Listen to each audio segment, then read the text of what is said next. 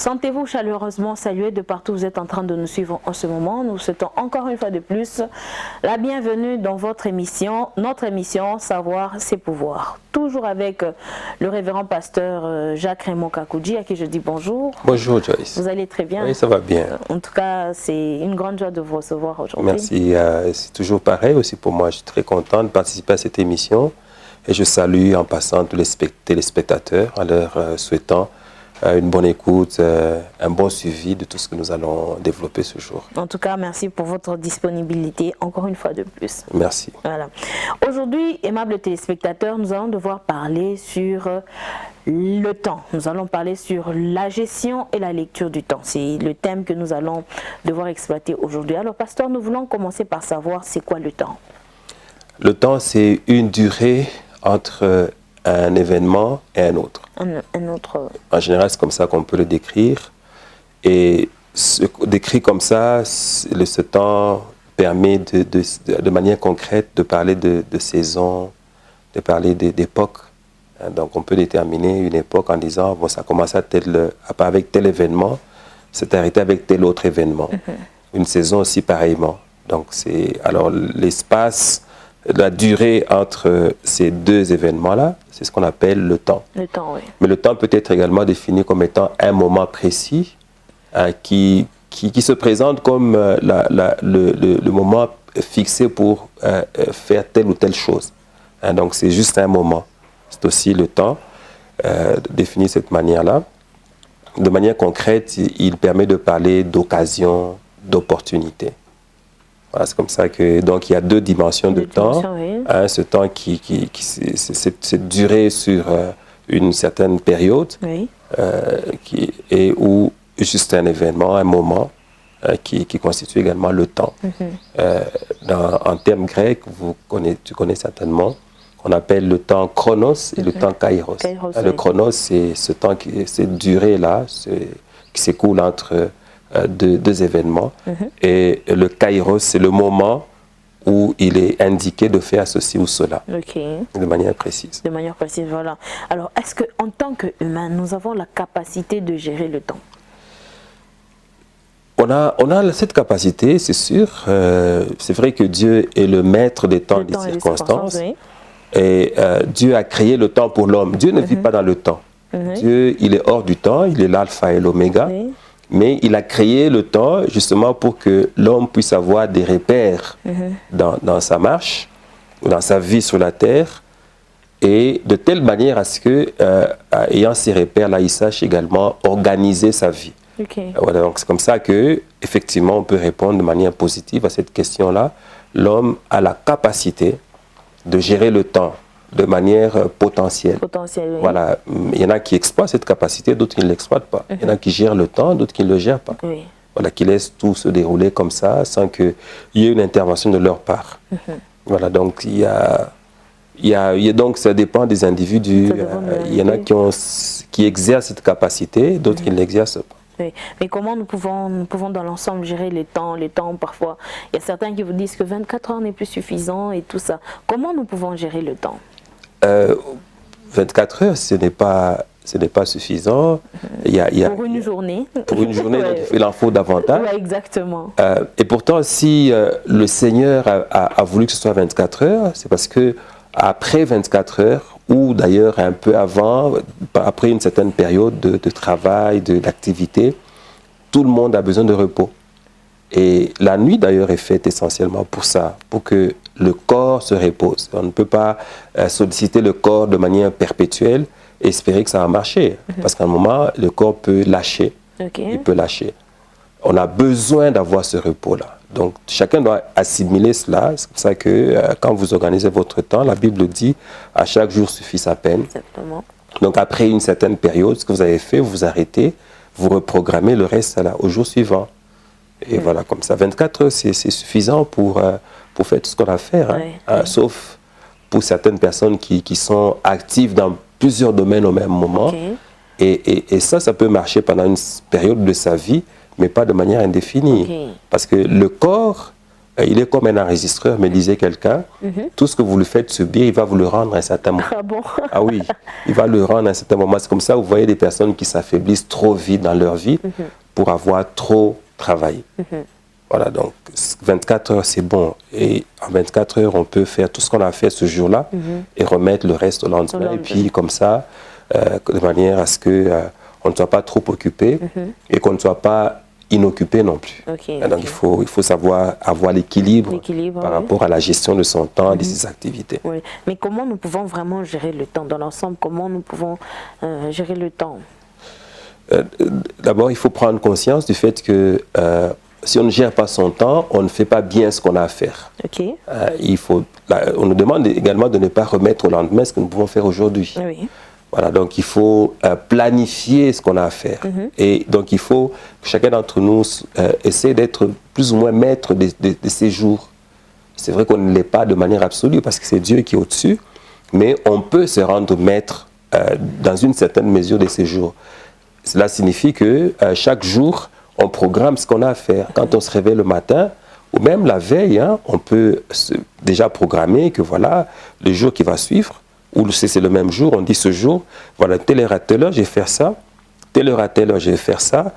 Si on est vraiment organisé, on peut m'acheter un agenda dans lequel on détermine les activités selon les heures. Ce n'est pas évident que ça tienne exactement comme ça, mais au moins on a un canevas. On a des références, on peut savoir à la fin de la journée si on a bien géré sa journée ou pas. Et cela doit se faire chaque jour. Parce que si on ne le fait pas comme ça, bon, à un moment, peut-être qu'on va accumuler des choses qu'on devait faire et à un autre moment, devoir les faire de manière précipitée et être surchargé. Quelqu'un a dit, il n'y a pas d'urgence en général. Les urgences sont simplement les choses qu'on devait faire, qu'on n'a pas faites. Voilà, et elles deviennent urgentes plus tard. Voilà, donc vous allez voir, plusieurs personnes accumulent comme ça les travaux. Il y a beaucoup de paresse en fait dans la vie de beaucoup de personnes. Exactement. Et quand vous n'avez pas fait beaucoup de choses pendant un temps, le moment de les faire, vous êtes absolument submergé. Et la faute, vous n'allez pas l'imputer à quelqu'un d'autre, elle est vôtre. C'est vous qui n'avez pas su gérer votre temps. Vous n'avez pas su faire ce que vous aviez à faire au moment où il fallait le faire. Le conseil simple, c'est chaque jour programmer sa journée. Programmer sa journée, voilà, quand tu te réveilles, tu programmes. Tu peux vraiment, et tu mets de l'équipe. Et dans la programmation, tu prévois aussi des moments de repos. Des moments de repos. De telle heure à telle heure, je vais me reposer. Tu prévois également les moments où tu vas t'alimenter. Parce que si on ne s'alimente pas correctement, eh bien, après, on a des problèmes de santé. Et ça, je crois qu'il faut qu'on le dise, qu'on le diffuse suffisamment pour que les gens comprennent que ce qui se passe dans notre pays vient du fait justement qu'on ne s'alimente pas correctement. Et ça fait qu'il y a beaucoup de pharmacies. En tout cas. Oui, il y a beaucoup. Maintenant, je crois que ça se règle un peu. Je vois quand même beaucoup d'alimentation maintenant. Peut-être que vous allez voir qu'il y a des pharmacies qui vont fermer. Parce que quand on ne mange pas, forcément, au bout d'un temps, on devient malade. On va prendre des médicaments. Il faut bien gérer ça. Bien gérer. Le temps ne doit pas être considéré comme un ennemi.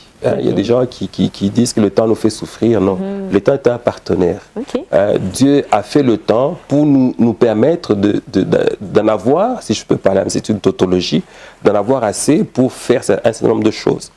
Un certain nombre de choses. La journée, il faut également planifier ses années. Il faut planifier même ses décennies. Ah bon? On se dit à une période, qu'est-ce que je fais et tout ça. Oui, il faut se projeter dans l'avenir. Mais on se dit un conseil que je te donne, il faut que de temps en temps tu te projettes en te voyant dans 5 ans. Qu'est-ce que tu seras dans 5 ans? C'est important de le faire ainsi parce que quand tu sais ce que tu veux obtenir dans 5 ans, tu sais travailler aujourd'hui pour l'obtenir. Mais parfois on se dit que c'est Dieu qui a notre avenir entre ses mains, on va se laisser faire et il va nous conduire, c'est Dieu qui a notre destinée, il nous a déjà tracé un chemin, pourquoi on va se projeter, on ne se vante pas du lendemain, chaque jour suffit sa peine, tout ça. Non, Dieu nous a créés et Dieu a mis en nous des capacités pour générer des choses, pour inventer des choses. C'est vrai que je le dis toujours, Dieu n'a pas mis en nous la capacité de créer, parce qu'il n'y a rien de nouveau sous le soleil, mais il a mis en nous la capacité de transformer. De transformer. Et ça, c'est notre responsabilité. Donc nous devons transformer notre environnement, nous devons transformer ce que nous avons comme potentiel pour que ça amène des richesses ou des valeurs réelles qui sont palpables. C'est notre responsabilité. Si tu considères juste que Dieu a déjà tout fait pour toi, tu n'as plus rien à faire, tu dors pendant des jours et des jours et tu espères qu'un jour la richesse viendra, elle ne viendra jamais. Elle ne viendra jamais. Même jamais. Si j'ai les promesses de Dieu, comme Dieu m'a dit, par exemple, si Dieu parle à quelqu'un, pour ne pas dire Dieu m'a dit, je serai riche, j'obtiendrai, j'attends l'accomplissement de la promesse de Dieu. Mais tu ne peux pas attendre en ne faisant rien.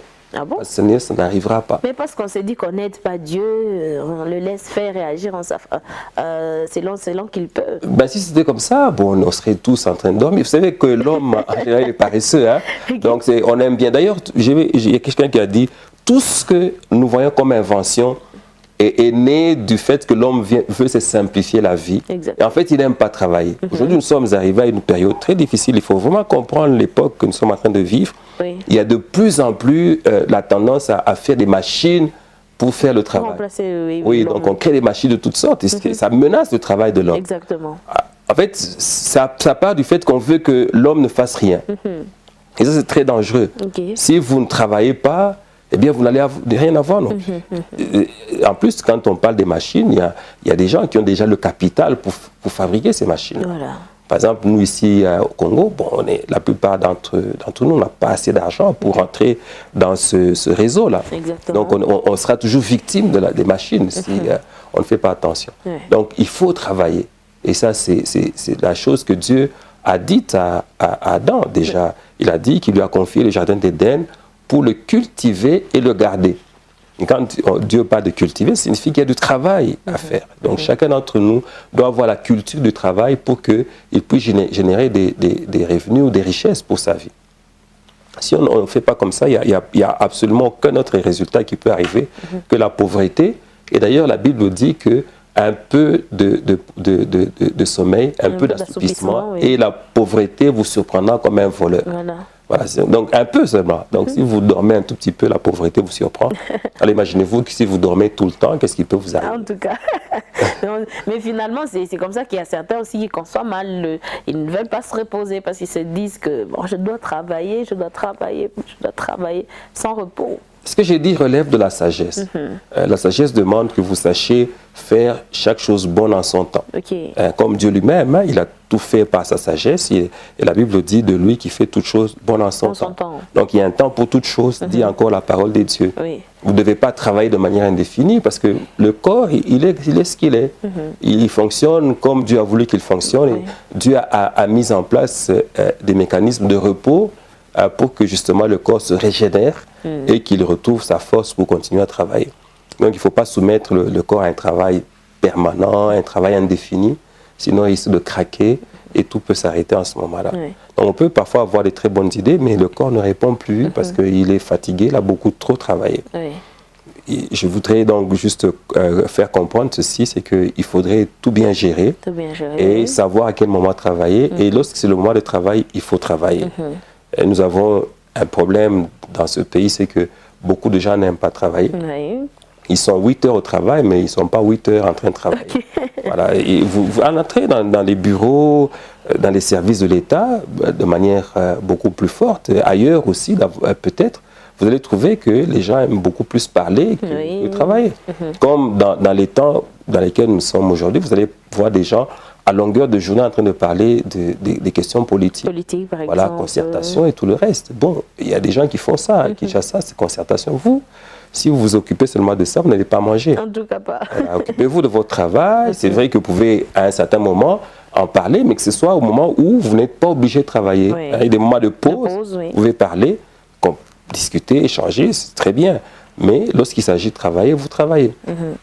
Quelqu'un est allé quelque part dans un pays où il a visité une usine, il est entré à l'heure où les gens travaillaient, et bien, il entendait le bruit des machines, et exactement à l'heure qui était prévue pour la pause, il y a eu un silence qui s'est fait dans toute l'usine, parce que tout le monde a arrêté de travailler, tout le monde est allé s'alimenter, et en ce moment-là, l'activité, c'était au restaurant. Donc tout le monde était là, tout le monde mangeait. Et à l'heure où le travail devait reprendre, personne n'est resté en train de parler. Okay. Tout le monde est retourné à sa machine et immédiatement les machines recommencent à fonctionner. Donc ce sont ces sociétés, ce type de société qui se développent, qui vont de l'avant. Parce que tout est organisé, on organise le temps, il y a un temps pour toute chose. Quand il faut travailler, il faut travailler. Oui. Donc nous retenons que pour gérer les temps, nous devons planifier, avoir un programme. Et nous pouvons même nous projeter dans l'avenir. Et question de travailler le présent, dans le présent. Oui, c'est-à-dire, je vais te donner une image. Si on te dit que tu seras ministre demain, bon, il faut travailler pour savoir un ministre fait quoi, comment est-ce qu'il s'organise et tout. Il faut connaître aussi le monde. Il faut d'abord, d'ailleurs, avant le monde, connaître la RDC. Oui, quand tu es ministre national et tu ne connais que ta ville de naissance, c'est dommage. C'est pas ailleurs, qu'est-ce qu'il y a. Il faut que tu le saches. Oui. Donc il faut prendre quand même du temps pour te renseigner, t'informer et étudier et apprendre. C'est ce tu seras un bon ministre. Je prends encore un autre exemple. Si on te dit que tu seras demain prédicateur dans un pays anglophone, eh bien c'est le moment de commencer à apprendre l'anglais. Maintenant. Parce qu'au moment où on te donne l'opportunité de faire ce que tu as à faire, si tu ne t'es pas préparé, tu n'y arriveras pas. Okay. Il ne faut pas, au moment où tu arrives dans un pays anglophone pour exercer ton ministère, c'est que tu dois apprendre l'anglais et ça devient très compliqué. Alors que tu as tout le temps maintenant pour apprendre l'anglais, comme ça tu vas là. Et si tu es dans un pays anglophone et que tu exerces ton ministère en anglais, tu es plus efficace que si tu le fais en français. Oui. Et encore, si c'est pire, si tu le fais en Swahili. En tout cas.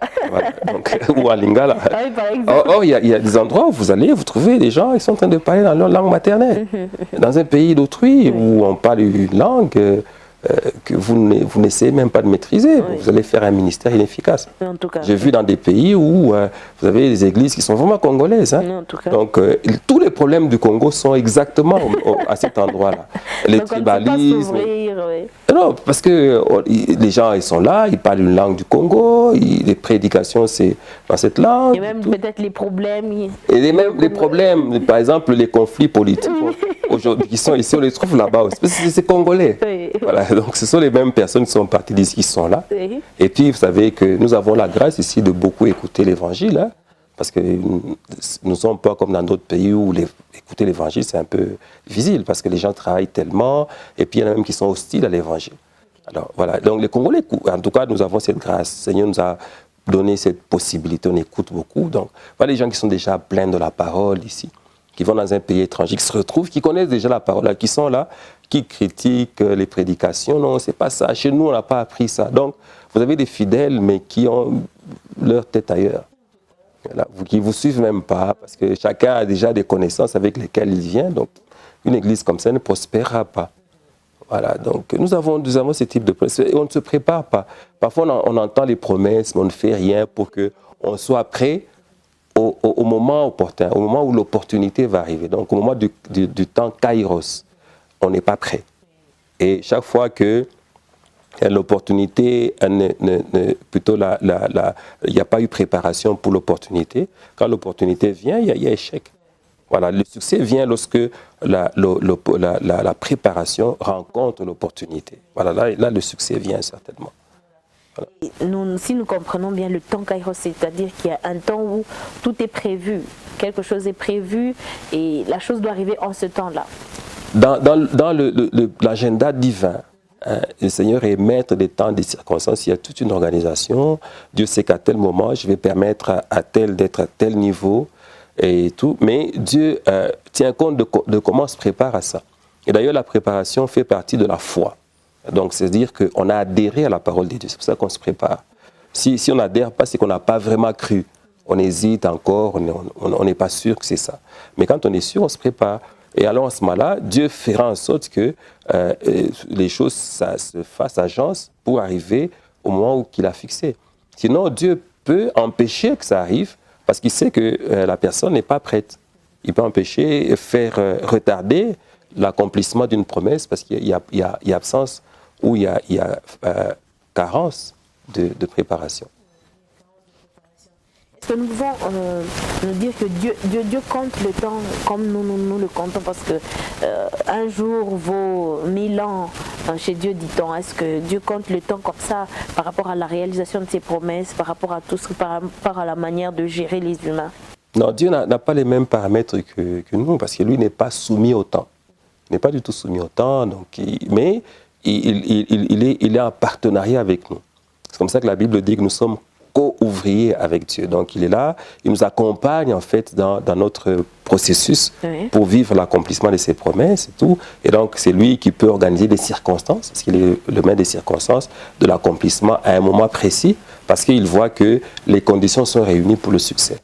Donc à ce moment-là, lui, il active les circonstances pour que ça permette à ce que ce qu'il a dit puisse être accompli. Donc mais il gère les choses selon ce que nous faisons aussi. Il y a dans toutes choses la part de Dieu, c'est vrai qu'il est la plus grande, mais également la part de l'homme. Et c'est pour ça que la clé pour qu'on vive rapidement l'accomplissement des promesses, c'est l'obéissance à ce que Dieu demande qu'on fasse, soit dans sa parole en général, soit dans des commandements précis qu'il a donnés.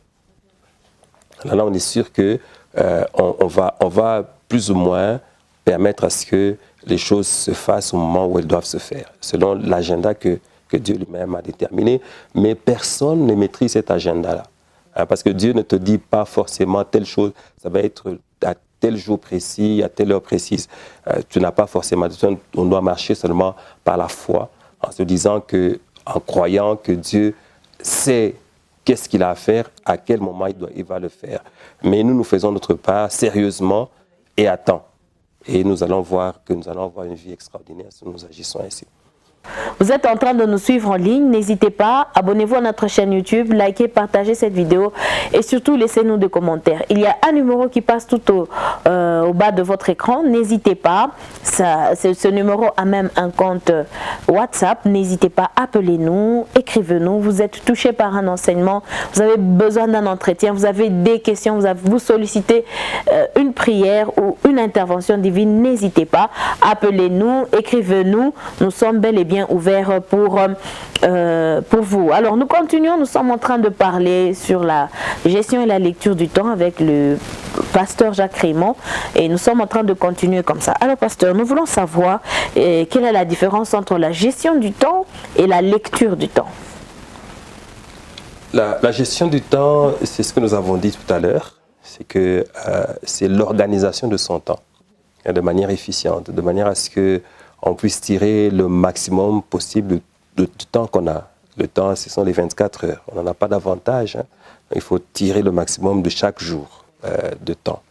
Et ça conduit à s'asseoir au début de la journée, organiser, savoir qu'on fera telle chose à tel moment, et en estimant quel est le bon moment, le meilleur moment.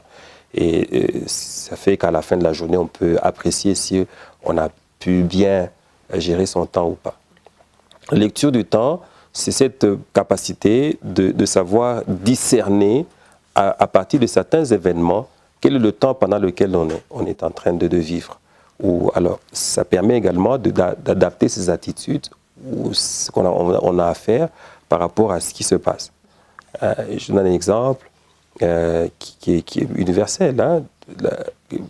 Un laboureur, juste en regardant les nuages, il peut savoir que nous sommes à telle période et qu'il va pleuvoir bientôt ou ce n'est pas exactement maintenant, et savoir que c'est le bon moment pour faire les semailles parce qu'il a regardé. Ça, c'est du point de vue physique.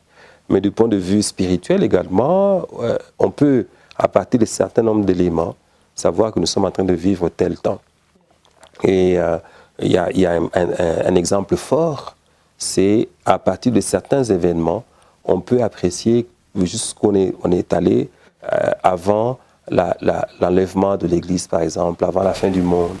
Parce qu'il y a des indices qui sont dans la parole de Dieu qu'on peut exploiter.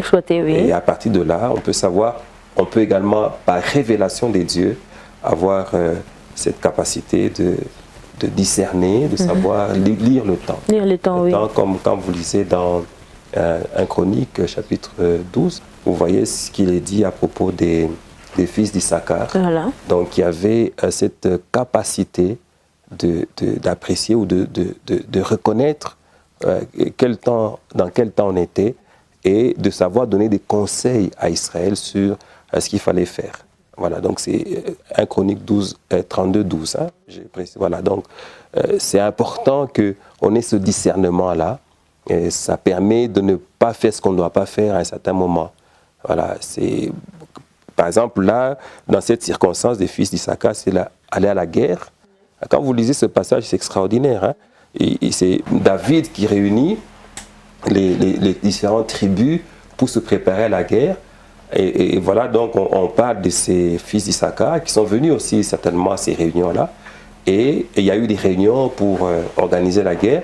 Et à la sortie, qu'est-ce qui se passe? C'est que ce qu'on dit à David, c'est que, bon, avant qu'on aille à la guerre, la chose à faire maintenant, c'est qu'il fallait récupérer l'arche de l'Alliance. Donc il ne faut pas aller à la guerre vite comme ça, parce que l'arche n'est pas là, ça va être difficile pour nous de combattre sans l'arche. Voilà, donc c'est la lecture du temps, permet de comprendre, de savoir ce qu'on doit faire à un moment précis et ce qu'on ne doit pas faire aussi. Voilà, et la lecture du temps permet aussi de savoir, bon, par exemple, dans le temps dans lequel nous sommes, si on est dans les affaires, quelle affaire est-ce qu'on peut faire, quelle affaire on ne doit pas faire. La lecture du temps permet de savoir si on peut voyager ou pas, pendant ce temps ici. Donc, à partir de certaines circonstances, vous pouvez déterminer quelles sont les choses que vous devez faire et quelles sont les choses que vous ne devez pas faire. Ça relève de la lecture du temps. Ça peut se faire de manière intellectuelle, simplement par l'observation, le raisonnement, et ça vous permet de tirer des conclusions et de savoir, à ce moment-là, prendre des bonnes décisions. Mais ça peut également être par le fait de la révélation qu'on a, et d'ailleurs, cette dimension est celle qui relève de la sagesse divine, qui est supérieure à la sagesse des hommes, où vous avez la révélation qui vous permet de savoir en quel temps nous sommes. Et ça vous détermine en fait correctement, parce qu'encore une fois, comme je l'ai dit depuis le début, Dieu est le maître des temps et des circonstances. Donc c'est lui qui sait qu'est-ce qui va se passer aujourd'hui, qu'est-ce qui va se passer demain. Et si vous avez la révélation divine, vous pouvez savoir ce que vous devez faire, quelle est votre part. Et surtout, ça vous permet de ne pas aller là où vous ne devez pas aller, de ne pas être avec certaines personnes parce que vous ne devez pas être avec elles et tout. Donc, ça vous permet de bien gérer votre vie parce que vous savez ce que Dieu est sur le point de faire et ce que vous devez avoir comme position par rapport à ça. Vraiment le cadre du choix de ceux qui veulent s'engager dans le mariage. Ils peuvent lire ce temps-là en fonction de l'âge ou en fonction de la situation. Comme par exemple, on regarde les circonstances, on observe autour de ça, on se dit, mais à tel âge, tel s'est marié, mais à tel âge, les gens de mon environnement s'y sont mariés, voulais-je dire. Alors, je crois que c'est aussi une façon de pousser, de déterminer quelqu'un à prendre une décision pour s'engager dans le mariage. Bon, de manière générale, tout homme, chrétien ou pas chrétien, à un certain moment de sa vie, sent le besoin d'avoir un partenaire avec qui vivre. Donc ça, ce n'est pas seulement pour les chrétiens. Non, pour tout le monde, à un certain âge. Il y en a chez qui ça vient un peu plus tôt, peut-être vers 20 ans, 21 ans, et puis des gens qui sentent déjà fortement le besoin d'avoir un partenaire ou une partenaire avec qui vivre. Il y en a pour lesquels ça vient un peu plus tard, 25 ans, par là. Il y en a chez qui ça vient encore plus tard, 28 ans. Donc c'est fonction des hommes tels qu'ils sont constitués, tels qu'ils sont aussi éduqués. Et c'est vrai qu'il y a aussi parfois l'environnement ou l'extérieur qui pousse à cela. Quand quelqu'un atteint un certain âge, eh bien, tout le monde va commencer à dire, on va laisser courir, mais pourquoi? C'est quoi le problème? Il n'y a personne et tout ça. Donc, ça peut être l'impulsion de l'environnement, mais ça peut être également une révélation. Donc, on peut, de la part du Seigneur, recevoir le message que le temps est arrivé pour se marier. Donc, on ne peut pas dire qu'il y a une règle absolue qui s'applique à tout le monde. Donc, chacun, selon le moment qui est approprié pour lui, s'engage sur cette voie-là. Voilà, donc c'est ça. Mais c'est vrai que maintenant, au moment où on veut se marier concrètement, donc organiser les cérémonies qui doivent s'organiser pour que l'alliance soit scellée, à ce moment-là, il y a d'autres paramètres qu'il faut regarder. Même si on a la révélation, même si c'est de par ses impulsions ou ses convictions, c'est le bon moment. Mais on commence à regarder aussi à d'autres paramètres. Il y a les paramètres de l'argent surtout. Oui. Parce que les moyens sont réunis pour organiser le mariage. Oui. On regarde aussi à ça. Voilà, et c'est en fonction de tout ça qu'on prendra la décision. Oui. Voilà. Mais il y a parfois des situations où Dieu donne une instruction et demande de marcher par la foi. Okay. Il peut dire à des personnes qui n'ont pas tous les moyens forcément, de leur dire, bon allez-y, sur le parcours, je vais vous aider, je vais vous donner les moyens. Ça arrive, sans que ce ne soit une règle pour tout le monde. C'est d'ailleurs assez exceptionnel que ça se passe ainsi. C'est parce que Dieu aussi sait que c'est bien que ce soit bien organisé et tout le reste, qu'on ait les moyens pour faire ceci ou cela. Ah, Dieu aime ça apparemment. Ah oui, absolument. Dieu, vous savez que Dieu aime beaucoup aussi le beau. Ok. Le beau, oui. Ce n'est pas charnel, ce n'est pas... Non, du tout, absolument pas. D'ailleurs, ça donne un peu comme un peu de pétillant à ce qu'on fait. C'est important que ce soit comme ça. Oui. Les belles photos, et tout, c'est très important. Si on fait un mariage austère où il n'y a même pas de photographe, et plus tard, bon, on n'a pas de souvenirs et tout ça, c'est pas très bien. Mais il y a des cas exceptionnels. Oui. On a eu des cas de personnes qui se sont mariées en mission. Donc des personnes qui vont dans un pays lointain et étant là, Dieu s'arrange pour que ces personnes se mettent ensemble et qu'elles se marient. Ça ne fait pas une fête extraordinaire, c'est peut-être dans un contexte où autour c'est la pauvreté. Donc on fait avec les moyens qu'on a là. Ça peut exister comme ça. Mais en ordre général, quand on a la possibilité de bien organiser, Dieu est d'accord qu'on y mette les moyens sans trop en mettre non plus. Encore une fois, dans la question de la gestion, on peut aussi ne pas faire de dépenses inutiles. Il faut savoir également que après la fête, il y a la vie qui continue. Et d'ailleurs, qui commence, la vie de couple. La vie de couple. Et qui commence à ce moment-là. Il faut pas, si vous avez la possibilité de commencer avec quelque chose, autant qu'il en soit ainsi, plutôt de commencer avec rien du tout. Parce qu'il y a des personnes qui se sont mariées, et le lendemain, ont déjà commencé à faire des coups de fil. Non, ici, on n'a rien. C'est pas toujours évident. Vous n'appréciez pas correctement les débuts de votre mariage à cause de ce manque de moyens-là. Donc, si vous avez l'argent, vous gérez ça, mais Dieu n'est pas contre. On organise une belle fête. En tout cas. Une belle fête avec un décor très beau. On prenne des belles images pour qu'on fasse un bel album. Dieu est content. Dieu aussi est content. Ce n'est pas charnel. Non, ça fait partie aussi de la gloire de Dieu. De la gloire de Dieu, voilà. Alors, il y a des gens qui se sont rendus compte qu'ils ont perdu le temps. Ils ont perdu le temps. Alors, est-ce qu'ils peuvent vraiment se rattraper par rapport à ce temps perdu? Parce qu'on se dit, bon, je reconnais qu'à un moment de ma vie, je l'ai mal géré, je n'ai pas pris les bonnes décisions au bon moment. Alors, comment je peux essayer de rattraper? Est-ce qu'il y a moyen, possibilité de rattraper le temps perdu? Dans la mesure où c'est faisable. Il y a des cas où ce n'est plus faisable. Il y a d'autres où c'est faisable. Parce qu'il y a des gens qui ont raté des opportunités de la vie. Il y a des gens qui n'ont pas fait certaines choses à un certain moment, qui ne peuvent plus les faire. Par exemple, si Dieu te demande d'étudier maintenant et que tu as, mettons, 18 ans, tu ne veux pas étudier, tu te réveilles lorsque tu en as 40 ou 50, c'est pas évident. C'est pas évident. Ça peut arriver, on a des exemples, mais c'est pas facile. À ce moment-là, si on a 50 ans, 60 ans, de retourner sur le banc de l'école et de faire des études comme les jeunes gens peuvent en faire. Vous savez, notre mémoire, à un certain moment, il commence à difficilement enregistrer certaines choses. Ça vient de manière automatique.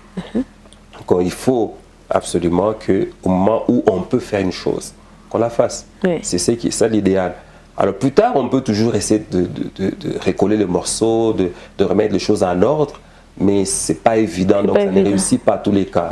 Et ça ne réussit pas forcément à 100%. Donc il faut bien se mettre ça à l'esprit et faire ce qu'on peut pour essayer de rattraper le temps autant qu'on peut. Et on peut le faire. Si le Seigneur te demande de commencer un ministère aujourd'hui, et que tu ne commences pas, tu attends que tu aies 60 ans pour commencer. D'abord, tu auras la peine à avoir des gens qui te font confiance. Voilà, d'abord. Des cheveux blancs. En tout cas. Ils vont demander déjà tout de suite où tu les as. Oui, franchement. Donc, et puis avoir des jeunes avec toi à cet âge-là, c'est très compliqué. Oui, exactement. Donc, si tu commences un peu plus tôt, tu sais, tu as l'énergie, tu peux bouger, tu peux jeûner, tu peux prier, tu as la force pour ça. Donc c'est facile d'investir assez pour assurer la stabilité de ce qu'on a à faire. Mais plus tard, c'est le plus évident. Oui, oui. C'est comme ça que parfois vous apprenez, certaines personnes, Dieu leur dit, ce que je vous ai promis, je le ferai avec vos enfants. Voilà, donc Dieu, c'est comme ça, hein, parce que quand Dieu donne une promesse, c'est pour la personne et ses enfants. Voilà. Il peut juste décider que bon, cette personne, ça va être difficile. Ça va être difficile. Que je fasse avec elle tout ce que j'ai dit, parce que bon, elle a laissé passer le temps. Ok. Je ferai avec ses enfants. Donc on peut ne pas jouir des promesses de Dieu parce que nous avons mal géré le temps. Oui, tout à fait. Oui. Tout à fait. Ça peut arriver, c'est arrivé à beaucoup de gens. Voilà, si Dieu te dit que tu seras, par exemple, le plus grand commerçant de la RDC et que tu as déjà 80 ans, tu ne l'es pas encore devenu. Donc ça peut signifier simplement que tu n'as pas pu l'être. En tout cas, on ne peut pas espérer comme Abraham et Sarah. Il y a des miracles comme ça parfois qui s'accomplissent, hein. Mais pourvu que Dieu lui-même ait prévu que ça soit comme ça. Mais s'il a prévu que ce soit autrement et que tu fasses un parcours qui est un processus et que tu ne t'es pas engagé dans le processus, eh bien ça n'arrivera pas. Ça n'arrivera pas. Il y a une chose importante qu'il faut remarquer. Quand Dieu te dit il va te donner une chose, parfois il ne te donne pas la chose directement, mais il t'introduit dans un processus pour l'obtenir. Donc il y a un parcours. Mais là, si tu ne t'engages pas sur ce parcours, tu n'obtiendras jamais la chose. Voilà. Et y a-t-il un rapport entre la gestion du temps et la discipline? Oui, absolument. La bonne gestion du temps exige la discipline. La discipline, oui. Si vous voulez bien gérer le temps, vous devez être discipliné. C'est quand vous vous êtes fixé vous-même des objectifs temporels, en disant à telle période, je ferai ceci, il faut travailler pour que ce soit comme ça. Voilà, donc là, ça exige la discipline. La tendance de l'homme, c'est de remettre à demain ce qu'il peut faire aujourd'hui. Exactement. C'est comme ça qu'on perd beaucoup de temps parce que justement, on n'est pas discipliné. Et parfois, il y a des choses qu'on pouvait faire qu'on ne fera plus. Qu'on ne fera plus. On ne fera plus. Il y a un homme de Dieu qui a beaucoup parlé de la question, malheureusement déjà décédé, Miles Monroe, qui était un enseignant extraordinaire, hein, de la parole de Dieu. Et il insistait beaucoup là-dessus, sur la gestion du temps. Et il disait, par exemple, que chacun doit faire en sorte qu'il aille dans son tombeau vide. Et il disait aussi que l'endroit le plus riche du monde, c'est le cimetière. C'est le cimetière, oui. Parce que là, il y a des livres qui n'ont pas été écrits, il y a des dessins qui n'ont pas été accomplis, il y a des rêves qui n'ont pas été vécus, parce que les gens n'ont pas fait ce qu'ils devaient faire à temps. Il disait ça notamment. Et il demandait qu'on fasse tout pour accomplir ce qu'on a accompli. Donc se vider, oui. Se vider totalement. Donc, il avait ce type d'enseignement révolutionnaire. C'est très important de suivre ce type d'enseignement. Vous allez vous rendre compte qu'effectivement, il faut faire un effort pour bien gérer son temps. Et quand on l'a bien géré, on a des résultats extraordinaires. Chaque homme a des capacités extraordinaires que Dieu a mises en lui. Mais pour vivre la réalisation des objectifs de Dieu, sur base de ces capacités-là, il faut être vraiment à l'œuvre. Il ne faut pas être paresseux, il ne faut pas être indiscipliné. Il faut travailler dur. C'est dans ce moment-là qu'on verra qu'on aura une vie complètement épanouie et qu'on pourra être un repère dans sa génération et dans les générations à venir. Les générations à venir. Voilà, parce que nous sommes déjà en train de chuter. Alors, quel est l'enseignement que nous pouvons retenir par rapport à ce thème que nous venons de traiter aujourd'hui? C'est quoi que nous pouvons retenir finalement par rapport à la gestion et la lecture du temps? Oui, avant de conclure totalement, je voudrais dire que si quelqu'un a besoin de nous voir, quelqu'un a besoin d'être en contact avec nous, il y a ce numéro de téléphone qui défile au bas de l'écran, donc il peut nous appeler. Et nous pouvons organiser des rendez-vous pour que nous puissions échanger et davantage donner des idées. Parce que là, nous sommes en train de parler de manière très générale. Très générale, oui. Mais on peut traiter spécifiquement des cas, donner des conseils spécifiques à des gens. Donc, nous sommes ouverts à ça. Et vous avez aussi les réseaux sociaux par lesquels nous communiquons. Vous pouvez aussi nous laisser des commentaires. Ça nous permet de savoir mieux vous servir. Voilà, en résumé, le temps est là comme un partenaire pour accomplir ce que nous avons accompli sur la terre. Et Dieu a fait le temps pour l'homme, à l'avantage de l'homme. Et nous devons, pour que nous en bénéficions, savoir bien le gérer. Et pour bien le gérer, il faut être organisé. Et là, ça demande d'utiliser son intelligence. Et il faut être discipliné. C'est-à-dire qu'il faut se consacrer à l'accomplissement de ce qu'on a accompli. C'est alors qu'on aura une vie complètement épanouie. Il ne faut pas laisser la vie nous mener comme elle veut. C'est nous qui devons donner le ton à notre vie. Oui. Donc c'est nous qui devons donner le goût à notre vie. Nous devons indiquer, donner la direction à notre vie. Et ça, c'est de la responsabilité de chacun d'entre nous. Dieu nous a créés, Dieu a fait ce qu'il a à faire, Dieu nous a donné les capacités, Dieu nous a organisés, Dieu il nous a parlé. Donc c'est à nous de faire le reste. Et nous pouvons, si tu veux, avec Dieu, tu peux faire des choses extraordinaires qui peuvent te surprendre même toi-même. Parce que par moments, nous avons des capacités que nous ignorons. Nous ignorons, oui. Nous ne connaissons pas.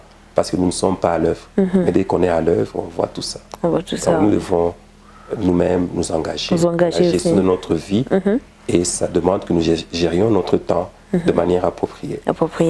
Voilà, nous prenons rendez-vous pour la fois prochaine. Vous êtes en train de nous suivre en ligne, n'hésitez pas. En tout cas, abonnez-vous à notre chaîne YouTube pour ne manquer aucune de nos publications.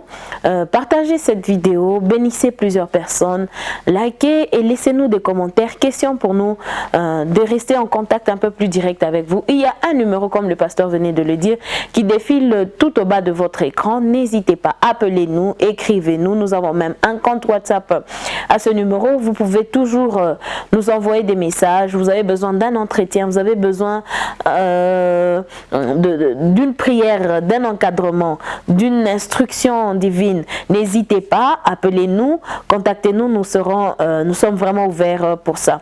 Alors que le Seigneur vous bénisse. D'ici là, portez-vous bien.